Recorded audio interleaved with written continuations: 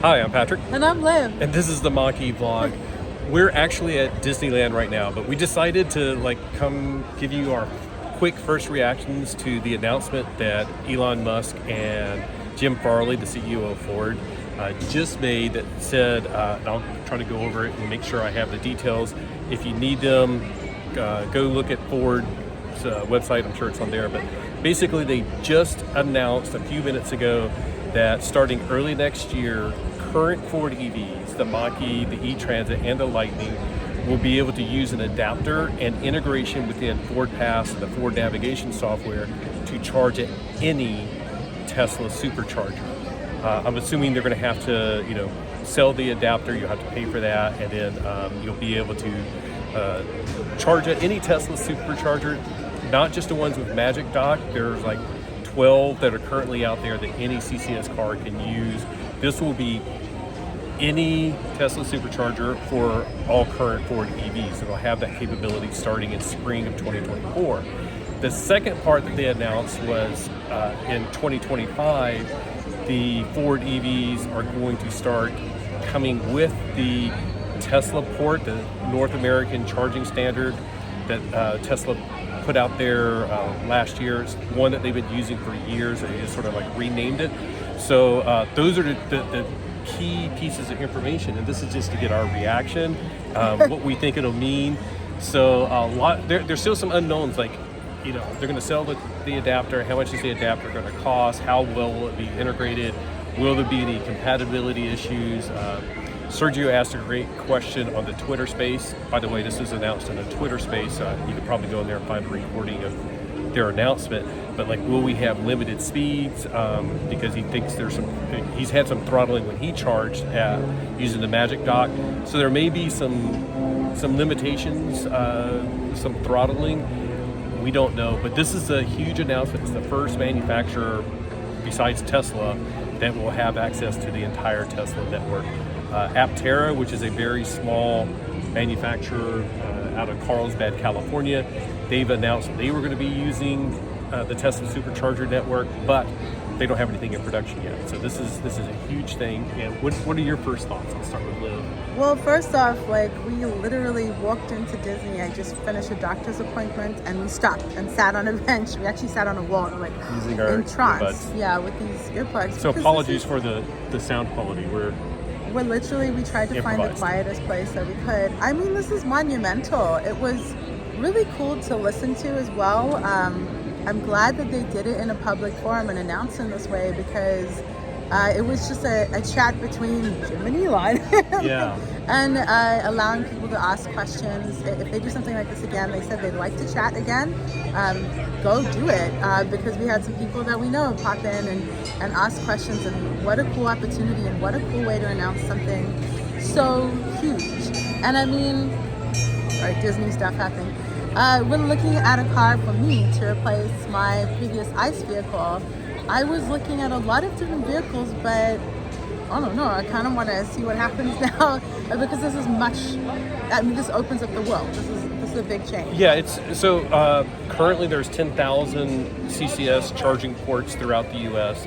There's 12,000 Tesla charging ports, and as you probably know if you're in the EV world, a lot of the CCS ones are 50 kilowatts and whatnot, and of course a lot of them are broken and there's issues. So will this improve that? A lot of people assume that as soon as we get access to the Tesla SuperCharger network, we won't have any issues, but there still could be issues like protocol issues and whatnot. Kyle Connor is calling. So I will to call him back in a minute. We'll have to call him back in a minute. But this is really exciting. It's still recording. Okay. Yeah, still recording. But this makes me think of Green River. There's a huge supercharger chunk. It's 20? 12? I think there's 20 there. Down the road from Green River. If you guys have watched our channel, you know Green River is this island in the middle of nothing. Is your arm exhausted? Let me take over. I got it. I'm just propping. So then we would have superchargers to turn to, which opens up options for people. There's a lot less fear now because we're doubling up, basically. Yeah, and again, we're trying to give you our initial reactions. I've been one that said we've been fine using just the CCS network, mostly EA on our road trips. And we've never left a site, like on a road trip, like stranded or we couldn't charge. We've always been able to charge. Quite a few times we had to move from stall A to stall B or stall 1 to stall 3 or whatever. But haven't had any major issues. We stopped at Quartzsite in Arizona, and we were the only person charging there. A lot of times there's a wait to charge at Quartzsite because there's only 4 CCS, and then down the road or whatever there's a big one. I think it's like a 24 stall Tesla station. So although we haven't had problems, like I've seen the issues other people have had. I've seen the growth issues that I worry about EA having, just because they have a lot of 4 stall installs or stations, and there's so many people that are going to be getting EVs. Then it's like, well, how are they going to expand? They literally need to double pretty much all of their sites. We've been at Green River that one time. It's in one of our videos. We had 4 people charging and 2 people waiting, and it was pretty chaotic. So I'm excited. I've never been opposed to charging at like Tesla Supercharger. I always wanted there to be one standard. I still wish there was one standard. I like the fact that like all the cars were on CCS and Tesla was the oddball, and gave a lot of people grief about that. And like, we're the standard, you guys aren't. But in the end, truthfully, like all I really want is just everybody to be able to charge. I want to be able to recommend EVs and be able to say like, you guys, you're good to go. You can find charging, and I show people how to find charging, whether it's CCS or Tesla, and show them how easy it is.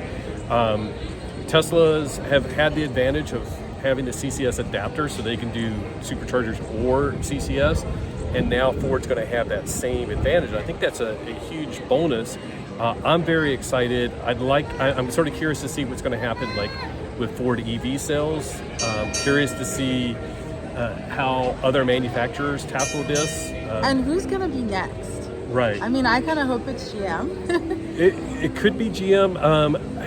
One interesting thing is Hyundai, Kia, Genesis, with their system, the way they run their 800-volt system, they are very limited on superchargers, and this will present a problem to them. They've also lost the $7,500 tax credit. Ford is down to $3,750 on the Mach-E, $7,500 on the Lightning. So, I feel bad for the Korean manufacturers. VW, I think, could be a potential. Yeah.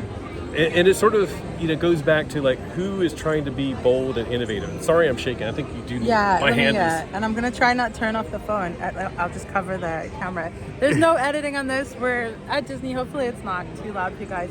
I'm delighted because also this gives people way more options, right? So we want variety in EVs. I love the way the Mach-E looks, and I'm glad that we don't have to switch to a Tesla to use the supercharger network now. And I'm thrilled that we get to use the supercharger network because more options is better. Well, and making this easier for people to travel. And our tagline is, whatever you drive, enjoy the ride. Yeah. So we truly mean that, and we love Tesla. We have a lot of Tesla friends out there. We have a lot of whatever EV friends. Like we generally we want to promote all EVs. We are happy to work with Tesla groups, and we have on meetups and whatnot. So we've never been like anti-Tesla. So this is just another thing of like we're all have the same goal. And this is the thing that I've actually, a few times I've been like, if if Tesla wants to promote EVs, they need to open up a supercharger network. Not that they have to, and I'm demanding that they should do it, but when you say your mission is to promote EVs, open up the supercharger network. You may disagree with me on that, and that's fine. Drop a comment down below. Let's have a discussion about it. But you got to admit, the fact that now there's more EVs that can charge at Tesla superchargers makes it easier to sell more EVs. That's a good thing, right? Because we want more EVs. So I'm trying to think of it in those terms. So like, if it sells more EVs, it's a thumbs up from me. I'm not brand loyal. We have Mach-E vlog, But we also have EV Explored, another YouTube channel you should go check out. But we truly are like, you know, I like Fords. I grew up on Fords, so I bought a Ford EV, but I really do like all EVs and want to continue that. So this is exciting. Trying to think about some of the other reactions. Can I hand you back the camera? Yeah, we'll take turns because I can't cover the thing. Jim Farley did mention natural resources and not necessarily relying on creating giant batteries. And I think that a move like this, providing more charging options, is an amazing complement to that, because instead of having huge batteries that take you really far, you just have more charges and you get to kind of sip along the country as you're making your way with more options. Kyle Connor has had this question a few times on Twitter, and it's like, do you want range over charging speed? And for me, I've always thought about it as like, at this time with a CCS car like we have, we need range because the stations are too far apart. And it doesn't matter if my car charges fast or slow if I can't make it to the next charging station. So this opens up a lot more options. I've monitored in the local area. We live in North County, San Diego, which is why we're up here for Disneyland and a doctor's appointment today. But I've seen a lot of very busy Tesla SuperChargers and quite busy Electrify America chargers. I gave a case where it was like looking at one, and there was one snapshot in time. It's like I would probably use the EA charger because the EA charger was half full, the Tesla charger was near full, and the EA charger was a lot cheaper. So there may still be some decisions like that people will take. But somebody said, oh, you know, if you could use Tesla SuperChargers, you'd use them all the time. I was like, maybe not. But I tell you what, I'm not going to pass one up. Like, you know, if we're traveling between Colorado and Santa Fe, New Mexico, the charger in Wagon Mount is not great. It's just in a dusty dirt lot next to a gas station and nothing else, with a outdoor bathroom, you know, where you got to get the key inside and go around. Yeah, and then the Tesla SuperChargers in Las Vegas, not Nevada, Las Vegas, New Mexico, and it's a really nice station.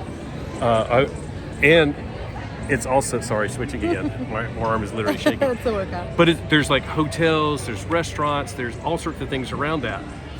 That's a case where even if Tesla is more expensive, I might choose to use Las Vegas because I know that, first of all, compared to EA, Tesla's been more reliable. But second of all, there's more amenities around. So if I need to go and get something to eat, or you know, want to get some snacks or whatever, or like right near the hotel, that would be super convenient. So what do you guys think? So we need to wrap this up and go enjoy some Disneyland. And I do have to say, this is not an exclusive thing. I hope that this spans out to every major automaker, because now we can recommend Tesla SuperChargers and Ford vehicles instead of just Tesla vehicles, but we want everyone to have more options. These vehicles aren't going to suit everyone, or like, even though we have now 7 potentially, or states that could use this, but we want this to expand, so this is great. It's not exclusive, charging for all, good stuff. What do you guys think? I'm going to go through some questions. And you pick, and just pick a question, answer one of them. But like, do you think this is good or bad? Is it good or bad for Ford owners? Is it good or bad for Tesla owners? Like, if you have a Tesla, will you be like, I don't want non-Teslas charging at SuperChargers? Who do you think might be next? What manufacturer do you think might be next? If you have a CCS car, whether it's Ford or not, would you be excited? Are you gonna would you use Tesla SuperChargers, or will you be like, I don't like them? And of course, you know, we won't get into the political stuff, but some people are like, oh, I don't want to give Tesla any of my money, so I bought a Ford. Does that affect you now? Are you saying like, dang it, I was trying not to give Elon any money, and now Ford is probably paying for access to these chargers or whatever? What other questions? Any other questions? Or should we just go? We should probably keep this short because we have to try to get this uploaded. At Disney. At Sorry, Disney. Disney Wi-Fi, but we're going to be doing that. And if you want to hear any more about this, let us know, because this is obviously on the fly. Hopefully it's okay. We can do a better video, so leave your questions, your thoughts down below, Yeah. whatever. And I'm going to say goodbye now. So just remember that whatever you drive, whether it's a Tesla, a Ford, or whatever the new thing is on the CCS and Tesla network is going to be, enjoy the ride. Bye. Bye.